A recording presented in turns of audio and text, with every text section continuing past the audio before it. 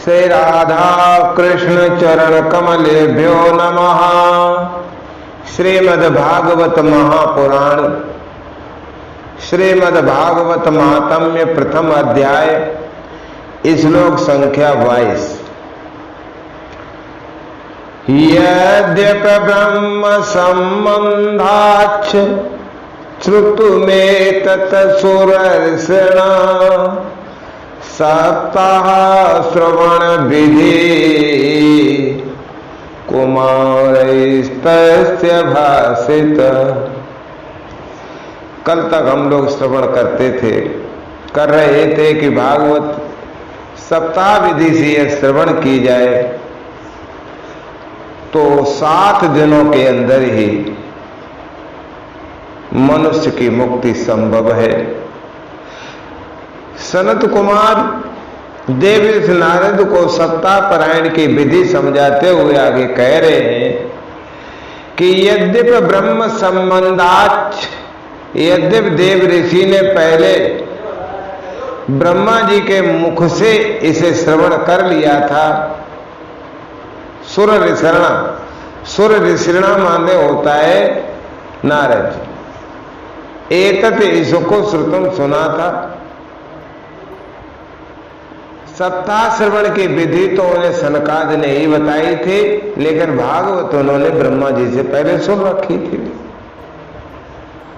आगे शौनक जी कहते हैं कि लोक विग्रह मुक्तस्य नारदस्य स्थरस्य च विधि श्रवे कुता प्रीते संयोगा कोत्र तैसः। सौनक उवाच, श्री सौनक जी ने पूछा, सांसारिक प्रपंच से मुक्त एवं विचारशील नारद जी का सनकाद जी के साथ संयोग कहाँ हुआ और विधि विधान के श्रवण में उनकी प्रीति कैसे हुई। नारद जी ठहरे भक्त और निरंतर विचरणशील व्यक्तित्व वाले, तो नारद जी एक जगह पर कैसे रुक गए, ये बड़ा असंभव सा कार्य लगता है।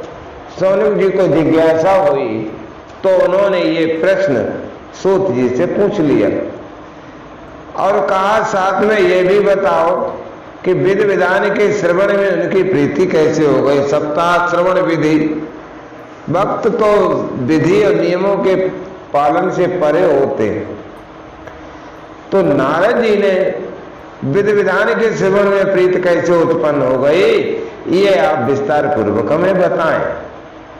तो ये सुनकर सूत जी 24वें श्लोक में कहते हैं, सूत उवाच, अत्र ते कीर्तिष्यामि भक्तयुक्तं कथानकं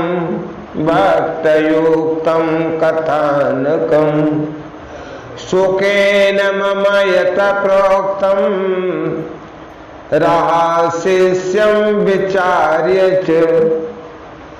अब सूत जी ने कहा, देखो अब मैं तुम्हें वह भक्तिपूर्ण कथानक सुनाता हूं जो श्री सुखदेव जी ने मुझे अपना अनन्य शिष्य जानकर एकांत में सुनाया था। देखो, गुरु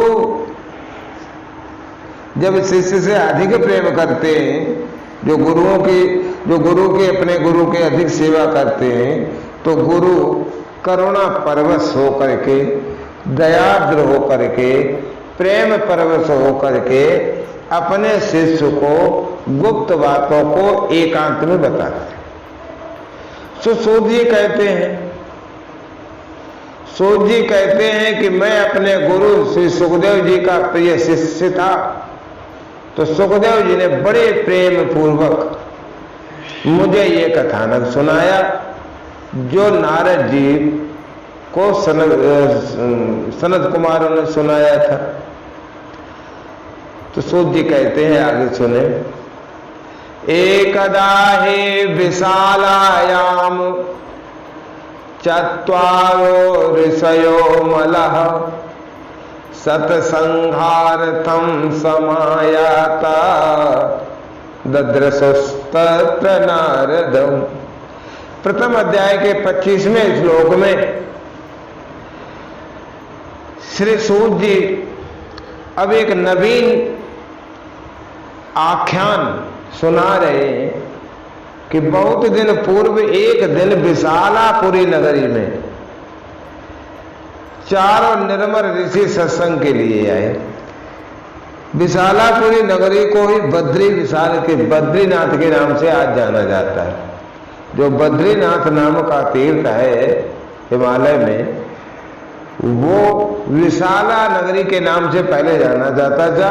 वहां के राजा थे विशाल। तो उनसे नारायण ऋषि नर और नारायण ऋषि ने इसी विशाला नगरी में तपस्या की थी। तो एक बार राजा विशाल ने, नारायण ऋषि प्रसन्न हो गए, उन्होंने वर मांगो। तो वर मांगने पर विशाल राजा ने, जो विशाल थे वहां के राजा, तो उन्होंने ये कहा कि मेरा नाम आपके नाम के साथ जुड़ा जाए, जब कभी भविष्य में ये चलता रहे। तो तथास्तु कह दिया। तो नारायण ऋषि के जो आश्रम बद्रीनाथ है, आज भी उन्हीं के नाम से विशाला नगरी बद्री विशाल कहा जाता है। जब बद्री कहा जाएगा तो विशाल भी कहा जाएगा, विशालापुरी नगरी। तो एक बार विशालापुरी नगरी से हिमालय की उस कंदरा में, उस नगरी में जहाँ पर नर नारायण ऋषि ने तपस्या की थी, उसी विशालापुरी में वे चार निर्मल ऋषि, निर्मल ऋषि इसलिए कहा गया कि उनके अंदर कभी कोई मैल आया ही नहीं। जिस दिन से प्रकट हुए, ब्रह्मा जी के मन से उत्पन्न हुए थे, मानस पुत्र हैं। तो मानस पुत्र होने के कारण बिल्कुल निर्मल है। ऐसे पूरे ब्रह्मांड में अगर कोई निर्मल ऋषि है तो वो सनत, सनंदन, सनत कुमार और सनातन, ये चार ऋषि। तो वहां सत्संग के लिए आए। वहां जब वो आए तो उन्होंने वहां नारद जी को देखा। जब नारद जी को देखा तो जो चारों ऋषि थे, उन ऋषियों ने पूछा, कुमारा ऊचो कथम ब्रह्मं दीन मुखा कुतश्चिंता तुरो भवान त्वरितं गम्यते कुत्र कुतश्चागमनं तव। सनकादिक ऋषि ने पूछा, हे नारद जी ब्राह्मण, आपका मुख उदास क्यों? जिस मुख पर समय हमेशा हंसी रहती थी, मंद मंद मुस्कुराते रहते थे आप, आज उस मुख पर हमें आनंद के भाव दिखाई नहीं दे रहे। उसकी जगह क्या दिखाई दे रहा है? कुतः चिंता तो रो भगवान, बहुत चिंता से युक्त दिखाई दे रहे हैं और बड़ी जल्दी में भी हैं। तो महाराज ये बताओ, आप जल्दी में जल्दी आप कहाँ जा रहे हैं और आप आ कहाँ से रहे हैं? ये चार प्रश्न सनक सनंदन ने चारों ऋषियों ने एक एक करके पूछा। क्या पूछा? कि आपका हमेशा स्मित रहने वाला मुख आज मिलान क्यों है? चिंता से आतुर क्यों है? कहां से आ रहे हैं और कहां जा रहे हैं? इदानीम शून्य चित्तोऽसि गतवेतो यथा जना तवेदं मुक्त संगस्य नोचितं वद कारणम। इस समय तो आप उस पुरुष के समान व्याकुल जान पड़ते हैं जिसका सारा धन लुट गया हो। संसार में कोई व्यक्ति है, इदानीम शून्य चित्तो से गत वितो यथा जना। संसार में देखा जाता है गत माने चला गया, वित्त माने धन, गत वितो यथा जना। जैसे एक व्यक्ति के धन को लूट लिया गया हो, तो जैसी उसकी मुखाकृति होती, जैसा उसका स्वभाव होता है, ठीक वैसे ही आप दिखाई दे रहे। अकस्मात किसी का सारा धन संपत्ति लूट ले तो उस समय वो शून्य चित्त हो जाए, न्यूट्रल अवस्था में पहुंच गया। आप इसके अंदर वो सोचने और समझने की क्षमता ही नहीं रहती है कि मैं अब क्या करूं। तो आज नारद जी हमें आप ऐसे ही लग रहे हैं। ये लग रहा है कि गत वितो यथा जना तवेदम मुक्त संगस्य नोचितम वद कारणम। तो हे ऋषि, आसक्त रहित पुरुषों के लिए उचित नहीं। आप बैरागी लोग हैं, आपका क्या चला गया, धन है नहीं आपके पास, भक्ति आपके पास है। तो ये संत अगर इस तरह से व्याकुल चित्त हो जाए, हाय हाय करने लगे, तो ये उचित नहीं है। तो इसका कारण कुछ होगा, अगर कोई कारण है तो आप मुझे बताइए। तो ये 6-7 प्रश्न सनत सनंदन ने पूछे सनत कुमार से। तो नारद जी को कुछ हिम्मत बंधी, तो नारद जी कहने लगे, देखो अब नारद जी का जो वार्ता होगी ये बहुत गंभीर विषय है और बहुत सोचनीय विषय है। और आज जो हालत है वो यही है जो आज आप देखेंगे। अभी नारद जी बताएं, और नारद जी की परेशानी का कारण देखना क्या है। नारद उवाच अहम तो पृथ्वीं यातो ज्ञात्वा सर्वोत्तमामिते पुष्करं च प्रयागं च काशीं गोदावरीं तथा हरिचेतं कुरुचेतं श्रीरंगम सेतुवंदनम् एवमादिस्वतीर्थेषु भ्रममाणयतस्तथा अहम तो पृथ्वी में यातो। नारद जी कहे एक बार मन में आया चलो पृथ्वी लोक पे घूम। नारद जी तो ऐसे जो सारे लोकों में घूमते रहते हैं, तो एक दिन एक बार मन आया चलो पृथ्वी पर भी घूमते चले। तो पृथ्वी से होकर निकल रहा था। ज्ञातो सर्वोत्तम, इसको हम जितने ग्रह मंडल में हैं, जितने ग्रह उपग्रह नक्षत्र मंडल हैं, उन सब में मेरी दृष्टि में पृथ्वी को मैं सर्वोपरि समझता हूँ। कारण क्योंकि जो भी अवतार होते हैं और किसी मंडल पर नहीं होते, केवल भूमंडल पर ही भगवान के अवतार होते हैं। तो इसलिए हमने सोचा जहाँ भगवान का अवतार हुआ है तो चलो इधर से निकल रहे हैं तो घूमते चले। तो घूमने के लिए निकल आया। फिर मैंने पुष्कर देखा, प्रयाग देखा, काशी देखी, गोदावरी देखी। प्रयाग, इलाहाबाद, काशी, बनारस, गोदावरी आदि नदियों के दर्शन करते हुए फिर मैं हरित क्षेत्र में आया। हरित क्षेत्र मैंने हरिद्वार, कुरुक्षेत्र में आया, श्रीरंग, सेतुबंध, रामेश्वरम इत्यादि तीर्थों का भ्रमण इधर उधर करता रहा। नापश्यम कोत्रचित् चर्म मना संतोष कारकम कलिना धर्म मित्रेण धरेयं बाधिताधुन। जब मैं चारों तरफ घूम रहा था, नारद जी बता रहे हैं, किंतु मुझे कहीं भी मन को संतोष देने वाली शांति नहीं मिली। जिस उद्देश्य को लेकर के हम यहाँ आए थे, उस उद्देश्य की पूर्ति में हमें कहीं कुछ नहीं मिला। अब चारों ऋषि बड़े ध्यान से सुन रहे हैं नारद जी की बात। इस समय अधर्म के सहायक कलयुग ने सारी पृथ्वी को पीड़ित कर रखा है। जो कलयुग है, कलयुग का अब इस समय बोलबाला चल रहा है। चारों युग आते हैं क्रम क्रम से, समझ रहे, ध्यान से बात समझो ध्यान से। तो अब कलयुग की बारी चल रही है, तो कलयुग का प्रभाव शुरू हो गया। और तो अभी नारद जी कह रहे हैं कि भगवान को गए हुए 2-3-4 हजार वर्ष हुए, तो हमने कि देखा पृथ्वी पर क्या हाल चल रहा है। भगवान तो धर्म की अच्छी तरह से स्थापना करके गए थे, तो पृथ्वी पर देखता चलूं कहां पर कैसा धर्म होता है। तो मैं इन सामान्य जगह पे नहीं गया, जो विशेष विशेष स्थान थे, तीर्थ स्थान थे, वहां पर गया। तो वहां की जो हालत हमने देखी, इसलिए मेरा हृदय मिलान।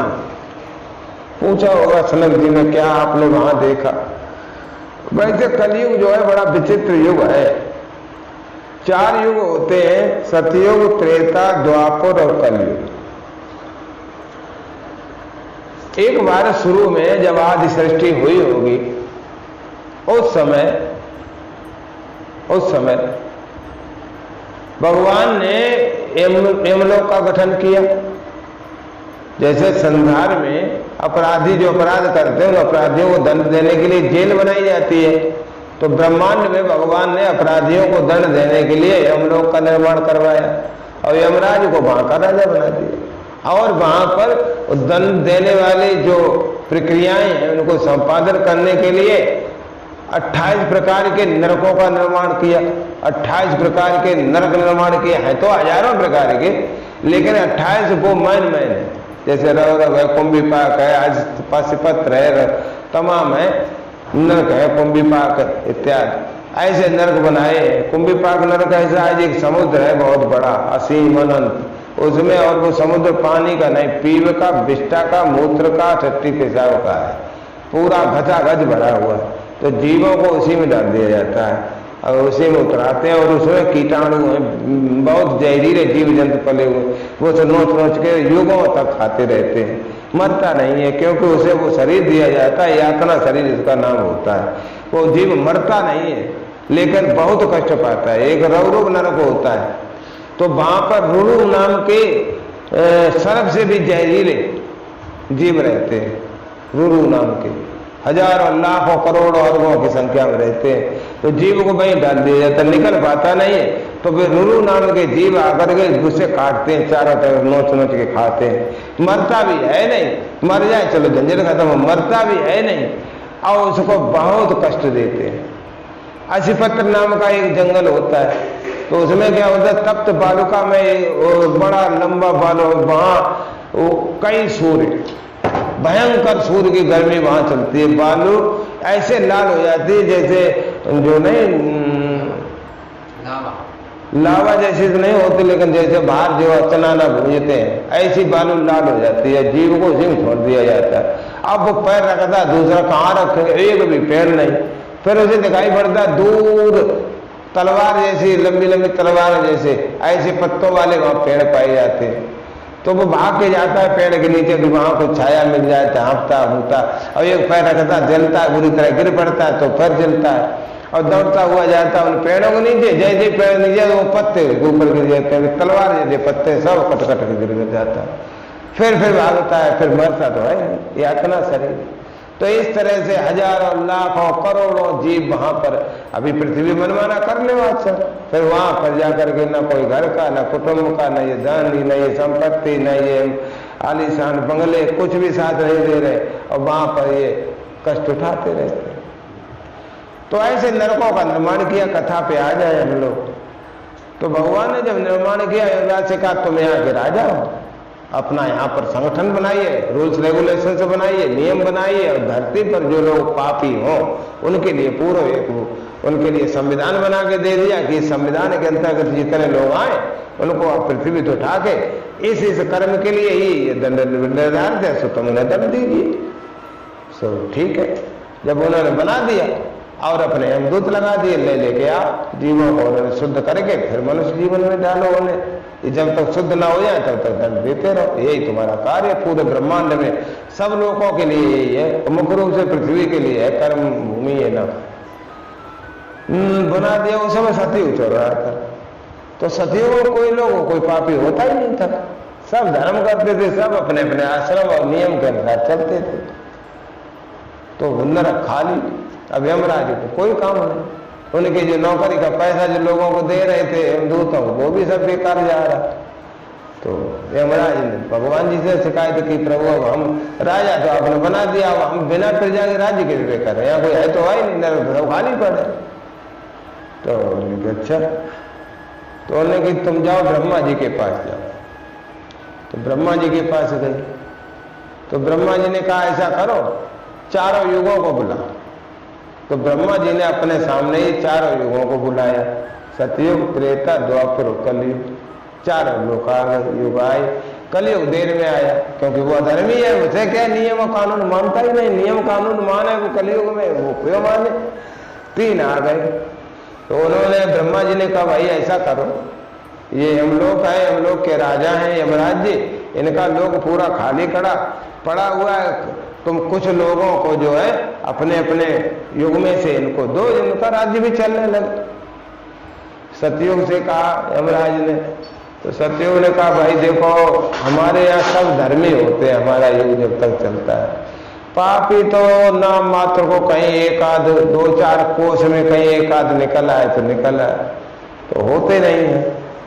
चलो हम तुम्हारा प्रयास करेंगे, जो मिल जाएंगे हम दे देंगे तुम्हें, लेकिन ये 28 नरक तो हमसे भरने को नहीं, हम बहुत कोशिश करेंगे तो आपका एक नरक का 10वां हिस्सा तो भर सकते हैं, 10%, उससे ज्यादा नहीं हमारी ताकत। त्रेता से पूछा, त्रेता ने कहा भाई इनसे हम ज्यादा ज्यादा 20% कर सकते हैं, एक नरक का हिस्सा, पूरा वो भी नहीं भर पाएंगे। द्वापर से कहा, द्वापर ने कहा हम 50% आपका, एक नरक का 50% हिस्सा भर देंगे। यानी सबका मिला के हिसाब लगा के देखा गया तो यमराज का एक सवा नरक भर पाया मुश्किल से, एक भी नहीं पूरा हो पाया। फिर कलयुग आया। कलयुग इस तरह से नाचता हुआ आ रहा है, बड़ी अच्छी तरह से नाच रहा है। कोई मुंह पे उंगली रख रहा है, कहीं आंख पे उंगली रख रहा, कहीं कान पे उंगली रख रहा, और जगह जगह पे उंगली रख के और ऐसे करके जा रहा है नाचता हुआ। एक बार तो उसने बड़ी पेशाब कर रहे, बांह पे उंगली रख के नाच रहे, तो कलयुग है। तो ऐसे नाचता हुआ आया और उनको क्या कह रहे, जब यमराज के सामने आ गया तब तो मनुष्य ऐसी आकृति आकर के एक मुंह पे एक उंगली पेशाब पे ऐसी लगा कर खड़ा हो गया। यमराज ने कहा ये तो बड़ा विचित्र प्राणी है ब्रह्मा जी, इसे तो ये यही तो कलयुग है महाराज, ये युगों का सम्राट है भाई कलयुग कि ये कलयुग है। कलयुग ने कही बताओ क्या समस्या है यमराज तुम्हारी, हम तुम्हारे मित्र हैं, बोलो। तो कलयुग ने कहा मैं तुम्हारा मित्र हूं, कितने नरक है तुमने नरक भरने के लिए बताया था कि हमारे साहब 28 नरक है कलयुग से कही, और हमारे पास कोई प्रजा नहीं है, हम खाली पड़े हुए हैं, हमारे पास व्यवस्था करो कुछ। कलयुग ने कही और बनवा लो। क्या मतलब और बनवा लो नरक, और इतने नरक तो हमारे लिए तो कुछ भी नहीं, ये तो हम शुरुआत में भर देंगे, 10-5 हजार वर्ष जो व्यतीत होंगे इतने तो इतने ही भर देंगे, हमारा समय चलेगा 4,32,000 वर्ष तक हम रहेंगे धरती पर, तुम्हें नरक और बनवाने पड़ेंगे, जगह नहीं मिलेगी, नरक में जगह नहीं रहेगी, तदाठल भर देंगे। ठीक है, अच्छा अभी तो मैं केवल 2 इंद्रियों पे कार्य कर रहा हूं, जो मेरा इशारा था ना, मुंह वासना, रसना और वासना।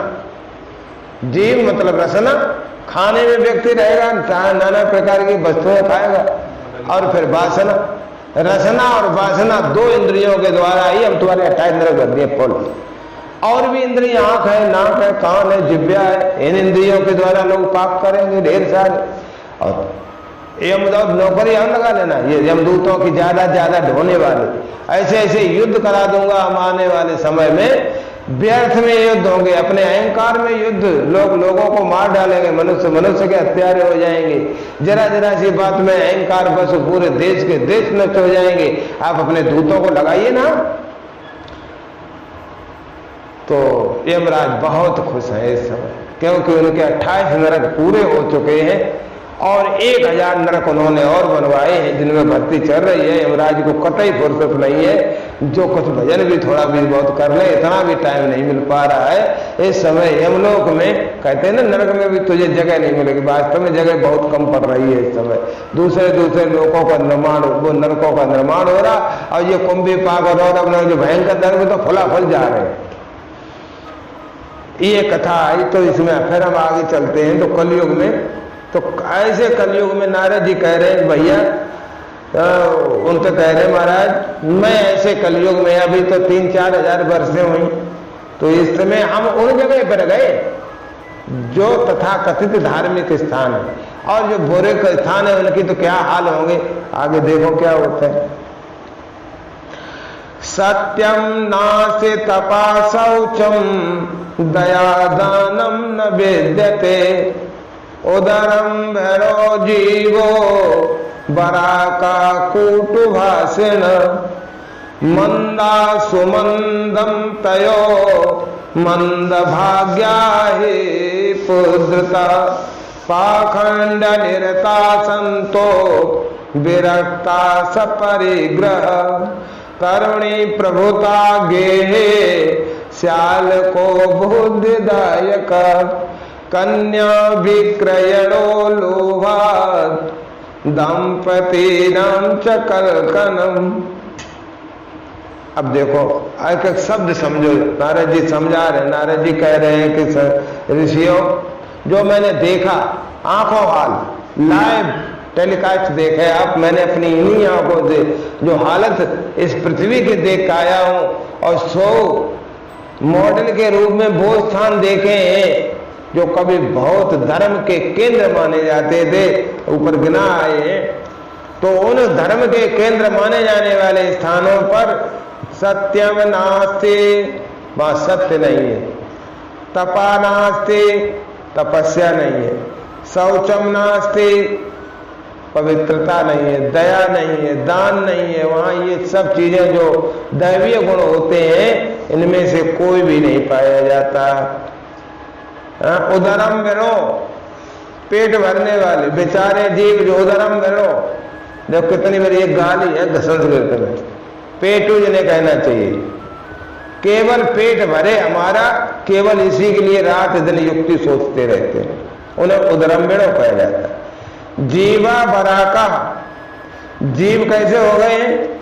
बराका, बगुला जैसे हो गए, मिथ्यावासी हो गए। देखने में तो बड़े अच्छे लगते हैं, लेकिन उनके भीतर देखो तो बड़े ही कपटी हो। कूट भाषणा, बना के बातें बनाने वाले। कूट भाषणा का अर्थ है जो अपना स्वार्थ सिद्ध करने के लिए बातें बनाने में निपुण हो। मंदा, मंदभागी। सुमंद तयो, मंद भाग्या ही उपद्रता, असत्यवासी है। और कैसे? आलसी है। सुमंद, मंद माने धीरे धीरे, सुमंदम धीरे धीरे काम करने वाला, सुमंदम माने और धीरे। अभी कह दो कर लेंगे काम, पूरा जल्दी से नहीं निपटाने वाले, धीरे धीरे काम करो। बहुत आलसी, भजन के लिए कर लेंगे तो भजन की बात छोड़ो। इसी तरह से मंद भागी लोग हैं, बहुत मंद बुद्धि है, भाग्यहीन है, उपद्रवग्रस्त हो गए। साधु संत जो कहे जाते हैं तो साधु संत, लेकिन कहे जाते पूरे के पूरे पाखंडी हो गए। नारद जी बता रहे। अब देखो, वास्तव में देखो, जहां देखो ऊपर से रंगे पुते बहुत अच्छी तरह से सारे, कहीं पर कहीं कोई एक क्रीज भी खराब ना हो जाए। साधु संत कहे जाते वो पाखंडी हो गए, पूरे दिखावटी हो गए। देखने में तो वे विरक्त लगते, किंतु उनके पास क्या नहीं। महाराज, इनके पास सुंदर सुंदर गाड़ियां हैं, बढ़िया बढ़िया महल हैं, इतने सुंदर सुंदर मकान है, आलीशान आश्रम है, स्त्रियां रखते हैं, धन भी रखते हैं, बहुत सारा धन।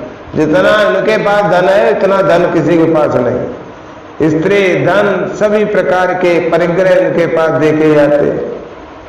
उधर ग्रामीण अंचलों में, शहरों में हमने देखा घरों में स्त्रियों का राज्य है। स्त्रियां जो कहती हैं वही करना पड़ता है। साले सलाहकार बन गए। साले जो है सलाहकार है, लिखा ना, श्याल को बुद्धिदायिका, बुद्धि देने वाले कौन हो गए? साले साहब। और आदमी जो है कन्या विक्रयणों, कन्या की भी बिक्री करने में बिल्कुल हिचकिचाते नहीं है। लोभ से लोग कन्या का विक्रय करते हैं। और स्त्री पुरुषों में अधिकतर कलह मचा रहता है, उनमें प्रेम का बहुत अभाव हो गया है। आए दिन वो लड़ते रहते हैं।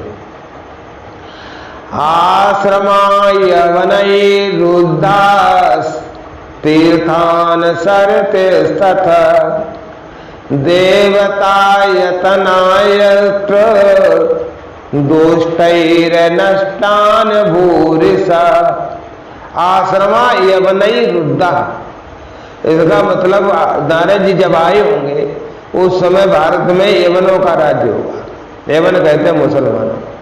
तो उस समय औरंगजेब वगैरह जैसे ऐसे राजा हुए थे, नादिर साहब, इन्होंने आश्रम मंदिर सब तोड़वा दिए थे। तो कह रहे महात्माओं के आश्रम, तीर्थ और नदियों पर यवनों यानी विधर्मियों का राज्य है। उसी समय की बात हो, राज्य हो गया है। आश्रम तोड़ फोड़ डाले गए, मंदिर तोड़ दिए गए और मुसलमानों का शासन चल रहा है। देवतायन, जैसे होता देवतायन देवालय, यतन माने घर, देवतायन माने मंदिर। मंदिर जो है तोड़ दिए। दुष्टैर नष्टान भूरिशः, दुष्टों, बहुत से दुष्ट लोगों का दुष्टों ने देवालय नष्ट कर दिए। जो मंदिर, ज्यादातर पुराने जितने मंदिर थे सब इन्होंने तोड़ डाले थे। और क्या है कलयुग में देखा? नारद जी बता रहे हैं कि हमने और क्या देखा कि न योगे नैव सिद्धो व न जानी सक्रियो नर। कलिदावा नलेनाद्य साधनम भस्मताम गतम। कलयुग में न कोई योगी है भाई, न कोई सिद्ध है, न ज्ञानी है, न सत्कर्म करने वाला ही है। सारे साधन इस समय कल रूप दावा नल से जलकर भस्म हो गए। इस समय कोई योगी नहीं है कलयुग में। योगी की तो बात छोड़ो, योग नाम से कुछ नहीं है। योग के नाम पर लोग केवल पेट हिलाना जानते हैं। योग का अर्थ होता है परमात्मा से आत्मा का मिलन। उसकी तो न एबीसीडी तक नहीं आते। न सिद्ध है कोई, न ज्ञानी है, केवल बातों से कहे जाने वाले ज्ञानी है। न कोई सत्कर्म करने ही वाला है। सारे साधन इस समय कलयुग ने भक्षण कर लिए, खा लिए सारे साधन। और एक श्लोक देखते हैं, आगे कहते हैं नारद जी, अट्टशूला जनपद शिवशूला द्विजातय कामन्य केशशूलिन्य संभवन्ति कलाविह। अट्टमन्नम शिवो वेदा शूलो विक्रय उच्यते केशो भगवते प्रोक्तम वर्षवीर तत्वदर्शिवी। इस कलयुग में सभी देशवासी बाजारों में अन्न बेचने लगे। अट्टमन्नम, अट्टशूला जनपदा। जनपद कहते हैं जिलों को, जनपद कहते हैं जहां मनुष्य रहते हैं।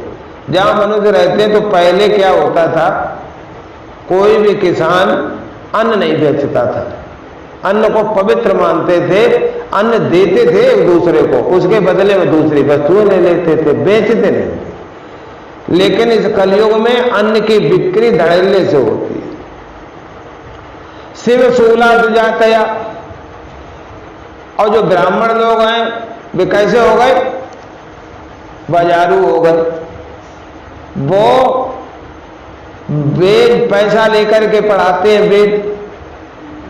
और स्त्रियां कैसे हो गई, कामन्या केश शूलन्या। केश शूलन्या का वैसे अर्थ ऋषियों ने किया है। केश माने बाल, शूलन्या माने काट देती।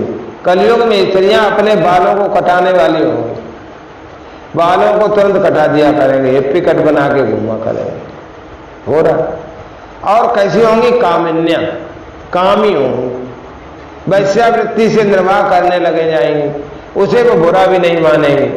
कामिन्या केश शूलन्या, नारद जी ने देखा है। संभवंत कला भी, और कुछ भी उनसे कहोगे तो सीधे लड़ने के लिए तैयार हो जाएंगे। ये उनका स्वभाव होगा। स्त्रियां वैश्यावृत्ति से निर्वाह करेंगी और बहुत ही झगड़ालू किस्म की होंगी। एवं पश्यन् कलैर दोषान पर्यटन नवनीमहम् यामुनम तटमापन्नो यत्र लीला हरेरभूत। इस तरह नारद जी कहते हैं, इस तरह से मैं देश देश का पर्यटन कर रहा था, घूम रहा था। इस तरह कलयुग के दोष देखता फिरता मैं पृथ्वी पर विचरण कर रहा था। उसी समय मैं यमुना जी के तट पर पहुंचा।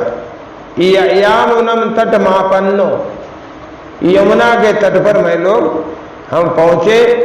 और इसलिए पहुंचे कि भगवान श्री कृष्ण ने कभी इसी यमुना के किनारे अपनी लीलाओं का किया था। तो यामुन्नम तटमापन्नो यत्र लीला हरेरभूत, जहां भगवान श्री कृष्ण की लीलाएं हुआ करती थी। ऐसा सोचकर भगवान श्री कृष्ण की अनेक लीलाएं हो चुकी हैं, ऐसा सोचते हुए मैं यमुना के किनारे पहुंचा। आज की कथा को यहीं तक रखते हैं। इससे आगे की कथा को हम लोग कल श्रवण करेंगे। आज हम लोग 37 श्लोक तक इस कथा को पढ़ चुके हैं।